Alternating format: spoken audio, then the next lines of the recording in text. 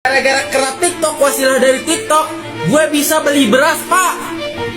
Content creators, rame-rame nangis Bombay, dan artis-artis kondangan influencer semua stres karena TikTok Shop mau tutup. Dan lebay banget, mereka mengatakan bahwa tanpa TikTok Shop mereka tidak bisa hidup. Mereka hanya bisa beli beras gara-gara TikTok Shop. Saya dalam VT ini akan mengarahkan lebih ke arah nasionalis ya. Kok ngomongnya kayak gitu? Kok sampai nangis-nangis memohon kepada presiden, tolong dibuka, tolong ini, tolong itu, karena selama ini kami hanya bisa hidup dari TikTok. Kalian tidak hidup dari Tuhan, dan kalian tidak menghargai negeri kamu, Konoha.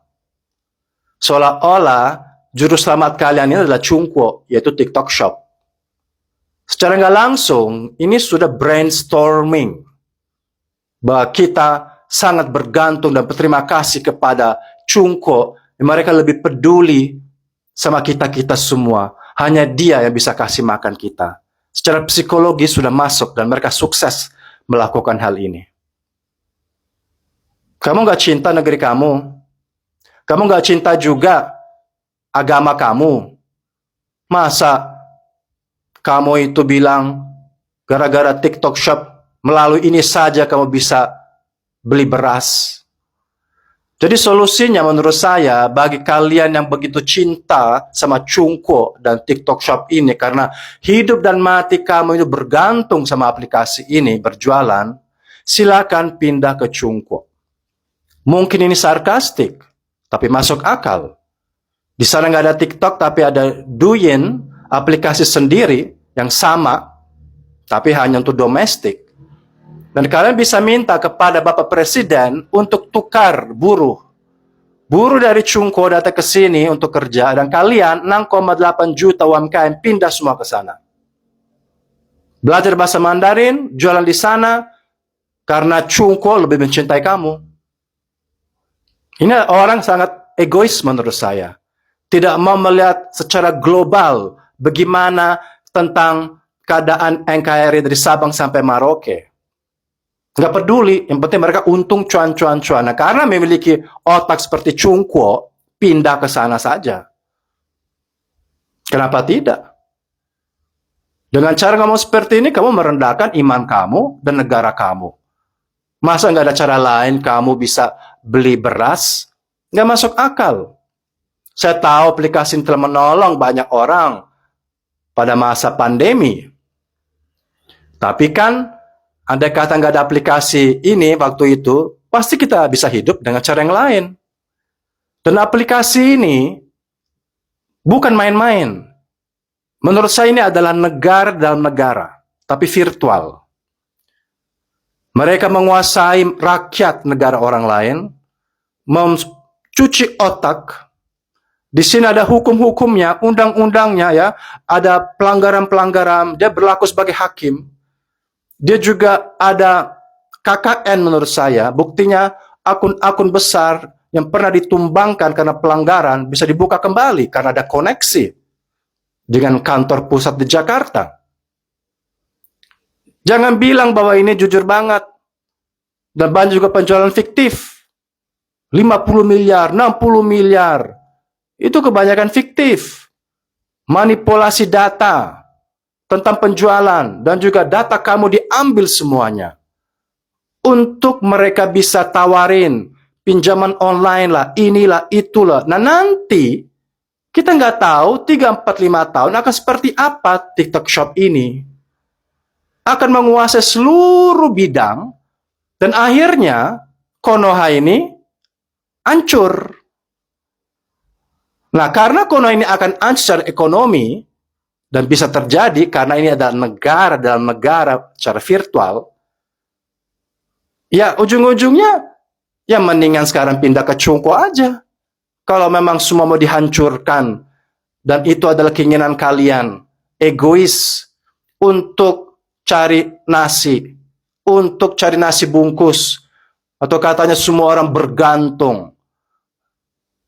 Saya rasa waktu India tutup TikTok secara total, memang mereka shock, tapi mereka hidup-hidup aja tuh. Gak ada orang nangis-nangis seperti ini. Karena di India ada rasa nasionalis yang sangat kuat. Ya, di China juga misalnya, kalau ada aplikasi Amerika ditutup, mereka semua serentak good.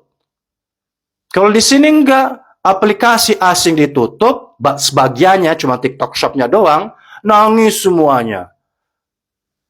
Akhirnya kamu lebih mengabdi kepada sana, Cungko. Juru selamat kamu adalah Cungko.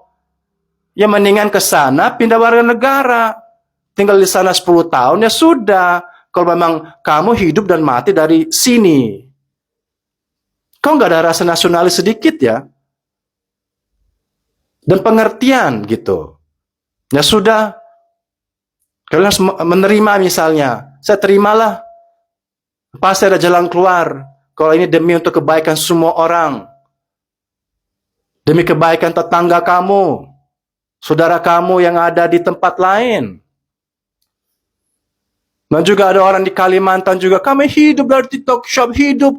Tanpa TikTok Shop nggak bisa hidup. Itu ada orang Kalimantan viral. Saya jawab, urus aja IKN. Kan bangga udah punya IKN. Urus aja di sana yang canggih. Ngapain urusan TikTok Shop? Jadi orang lebih, gimana ya? Menangis gitu. Atau saya tinggal di Itali, kalau ada infiltrasi dari negara lain, dan ketika ada satu perubahan, di mana negara lain itu melalui industri atau apa itu didepak, warganya kompak, nggak apa-apa, kami menderita, berkorban nggak apa-apa, asal kami ini menjaga kedaulatan. Bukannya mengeluh, oh kami butuh Arab, kami butuh Cungko, oh Cungko jangan pergi, Arab jangan pergi, kami cinta kamu. Oh itu bukan nasionalisme. Paham? Karena ini udah unsur antara negara. Bukan masalah cuman makan dan minum, dan kamu jingkrak-jingkrak, jual sandal jepit, jual kolor, kamu dapat duit. Karena saya rasa meskipun terlambat ini kerajaan, yang mereka itu punya staf khusus yang banyak, menteri begitu banyak, happy party ada 15, ngapain aja? Harusnya bisa memprediksi bakal seperti apa ini aplikasi. Karena akan bermutasi secara artificial intelligence. Dan semakin akan menguasai hidupmu, menggerogoti hidupmu. Buktinya, pagi kamu jualan sampai subuh. Dan tanpa sadar, kamu itu dihipnotis atas nama uang. Tapi lama-lama kamu jadi budak. Ya budak siapa? Ya negara lain. Melalui cara virtual. Ini adalah negara UMKM sekali lagi. Kalau kita negara UMKM harusnya pagi, siang, malam saudara pemimpin itu harus mendengar laporan bagaimana tentang UMKM negara saya. Arab adalah negara minyak. Pagi, siang, malam mereka pikirin minyak, laporan. Jadi tidak ada kata-kata bablas setelah 5 tahun baru sadar. Itu sangat-sangat tidak cerdas. Makanya jangan sibuk urusin jalan tol, infrastruktur. Mikirin juga hal yang seperti ini yang lebih berbahaya. Karena ini masuk ke dalam rumah kita setiap hari-hari. Digenggam kita setiap hari. Jalan tol yang dibikin di Papua, aku nggak bisa lihat dan nggak mau tahu. IKN mau dibangun di Kalimantan, gue juga nggak bisa lihat dan nggak mau tahu dan nggak bakal juga mau datang nanti. Tapi kalau ini adalah invasion, invasi negara lain secara virtual yang akan masuk menggerogoti hidup kita. Atas nama keuntungan, atas nama kehidupan kita, kita lebih nyaman sejahtera, tapi lama-lama kita lebih mengabdi kepada robot, kepada negara lain daripada negara sendiri. Paham? Jadi memang harus dipisahkan, bahkan ditutup menurut saya. Kembali aja pipi atau lada-lada atau pet-pet. Cuma scroll-scroll aja. Yang butuh beli, ya sudah. Habis itu kita kembali seperti dulu. Jangan terlalu baik. Nangisin bangsa lain. Nangisilah bangsamu. Banyak orang menderita. Terima kasih.